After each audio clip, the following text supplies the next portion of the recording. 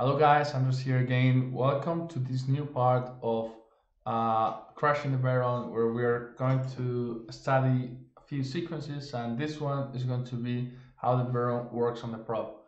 I think it's extremely useful, this one, because it really explains very well how he builds his game, how he tries to structure it into different compartments or different like the framework is so logical and so well designed that you will see how automated it can become his game.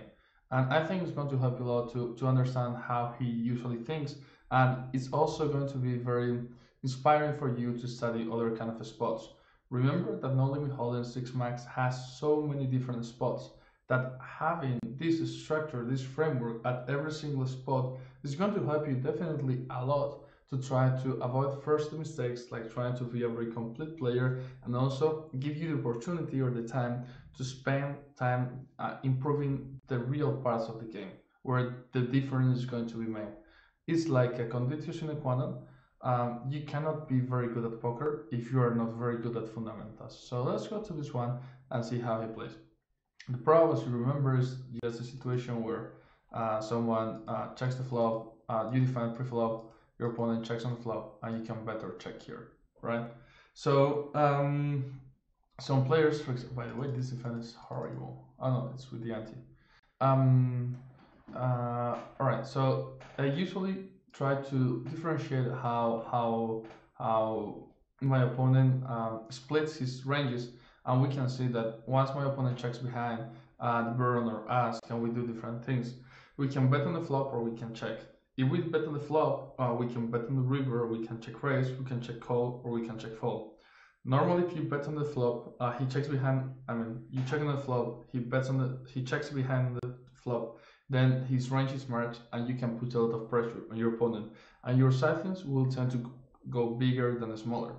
You'll bet your hands that can get value, some hands that are vulnerable, and you are not sure if bet or checking. Let's say, for example, you have a top pair in the flop. Let's say 8-7-5. You have 9-8, and the turn is a jack and you can check code, but there are so many difficult rivers to have to play that you might prefer to be betting on the turn and check folding the river. This is something that the Baron does a lot, and I think it's because it makes a lot of sense. Because imagine your opponent has a very unbalanced strategy and you are the Baron, and you know that once you bet on the turn, you are not going to face any raise. If you are not facing the raises because your opponent thinks that his range is very merged, it has no strong hands, so you can bet a lot because you'll never be facing raises. This is the way that normally plays and how he exploits the regular metagame.